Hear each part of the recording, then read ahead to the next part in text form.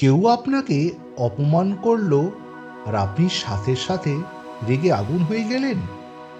কেউ আপনার সমালোচনা করলো আর আপনি পুরো দিনটা নষ্ট করে ফেললেন। যদি আপনার উত্তর হ্যাঁ হয়, তবে মনে রাখবেন অন্য মানুষ আপনাকে খুব সহজেই নিয়ন্ত্রণ করছে। কিন্তু আপনি যদি চান, আজকের পর থেকেই এই খেলাটা বদলে যেতে পারে। আজকের ভিডিওতে আমরা জানব কিভাবে জীবনের চ্যালেঞ্জ এবং অপ্রয়োজনীয় পরিস্থিতিগুলোকে শান্তভাবে উপেক্ষা করতে হয়। এটি কোনো দুর্বলতা নয়, এটি হলো মানসিক শক্তির চরম স্তর। মনোবিজ্ঞানের ভাষায় একে বলা হয় রিঅ্যাকশন সাইকেল।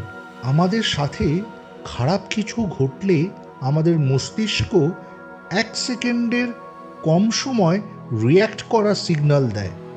কিন্তু সমস্যা হলো তাৎক্ষণিক প্রক্রিয়ায় বেশিরভাগ সময় আবেগ থাকে, যুক্তি নয়।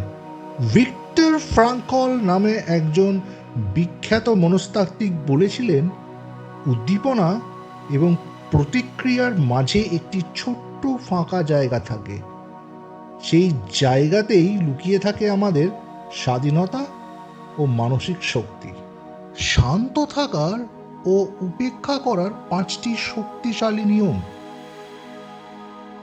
1. পজ। যে কোনো উস্কানিমূলক পরিস্থিতিতে সঙ্গে সঙ্গে উত্তর দেবেন না। অন্তত 5 থেকে 10 সেকেন্ড নীরব থাকুন। এই কয়েক সেকেন্ড আপনার মস্তিষ্ককে আবেগ ছড়িয়ে যুক্তি দিয়ে চিন্তা করার সময় দেয়। 2. সব কথা আপনার জন্য নয়। মানুষ যখন আপনাকে আঘাত করে বা খারাপ কথা বলে, তখন সেটি 100% আপনার ওপর নির্ভর করে না, বরং তা নির্ভর করে তাদের নিজেদের মানসিক অবস্থা ও চরিত্রের ওপর। অন্যের মানসিক ময়লা নিজের মাথায় নেবেন না। 3.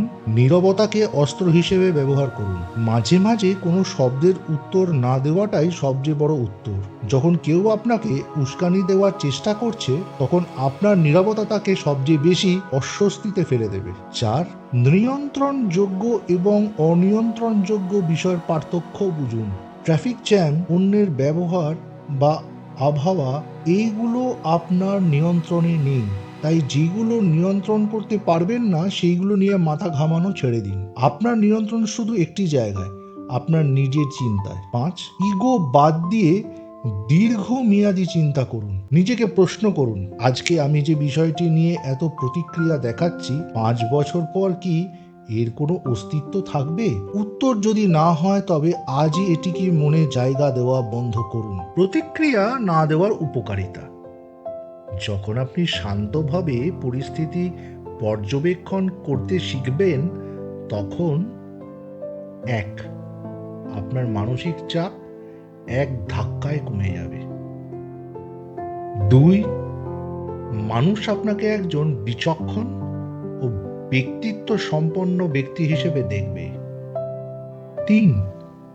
ভুল সিদ্ধান্ত নেওয়ার সম্ভাবনা প্রায় শূন্য হয়ে যাবে। মনে রাখবেন, ঝড়ের মাঝে যে গাছ শক্ত হয়ে দাঁড়িয়ে থাকে, বাতাস তাকে ভেঙে ফেলে, কিন্তু যে গাছ নমনীয় থাকে সে টিকে থাকে। আজকের ভিডিওর কোন নিয়মটি আপনার সবচেয়ে ভালো লাগলো কমেন্ট করে অবশ্যই জানান। আর হ্যাঁ, নিজেকে মানসিকভাবে শক্তিশালী করতে চ্যানেলটি সাবস্ক্রাইব করে বেল আইকনটি টিপে দিন। দেখা হচ্ছে পরের ভিডিওতে। ভালো থাকবেন, সুস্থ থাকবেন। ধন্যবাদ। জয় সাইরাম।